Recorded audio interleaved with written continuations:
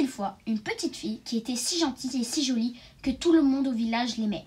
Sa mère lui avait confectionné un ravissant chaperon de couleur rouge, dont l'enfant ne voulait plus se séparer, si bien qu'on l'appela le petit chaperon rouge.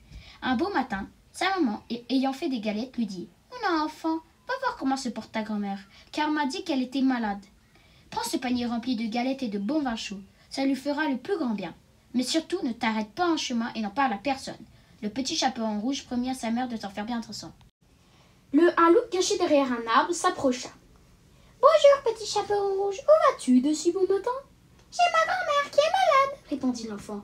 « Je lui apporte des galettes et du bon vin chaud. » Le loup, qui était un très méchant animal, eut alors une idée. « Et où habite ta grand-mère, mon enfant ?»« Dans la forêt, après le village. C'est une jolie maisonnette tranquille à l'ombre de 3 grands chênes. » Le loup pensa. « J'aurais bien envie de goûter à la grand-mère et à cette petite fille qui m'a l'air dodue et tendre à souhait. » Il dit alors au petit chaperon rouge d'une voix douce. « Je vois tout à fait où vit ta grand-mère, mon enfant. Mais si tu prends ce chemin, tu ne feras que te rallonger. Je connais un très bon raccourci. » Le loup indiqua la route à suivre et la fillette, ravie, le remercia.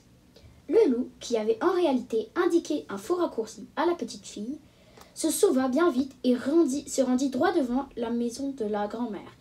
Et il frappa à la porte. « Qui est là ?» demanda la grand-mère. « C'est moi, le petit chaperon rouge, » dit le loup en déguisant sa voix. « Ouvre la porte et entre, » lui répondit la grand-mère. « Je suis déjà là !» Le loup entra et se jeta sur la pauvre femme et la dévora. Le loup, qui voulait se déguiser, alla prendre les habits de la grand-mère. Il alla les prendre dans son armoire. Il vit en premier le bonnet de chambre de la grand-mère. Il le prit et le mit sur sa tête. Il vit alors la robe de chambre de la grand-mère et l'a mis. Mais c'était un peu trop petit et serré. Il retourna dans son lit. «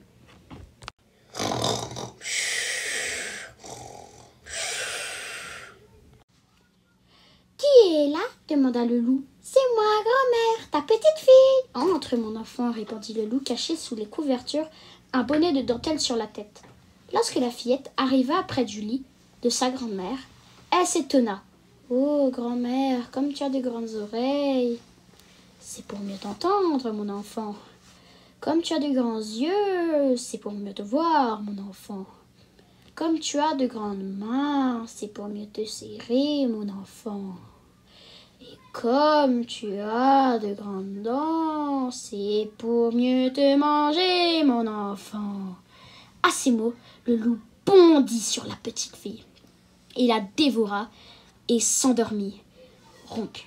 Un chasseur qui passait par là entendit des ronflements et se dit « Comment se fait-il que la grand-mère ronfle si fort ?»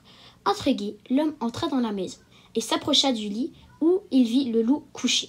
« Te voilà donc, canaille !» s'exclama le chasseur. « Moi qui te cherchais partout, aurais-tu dévoré la pauvre grand-mère ?»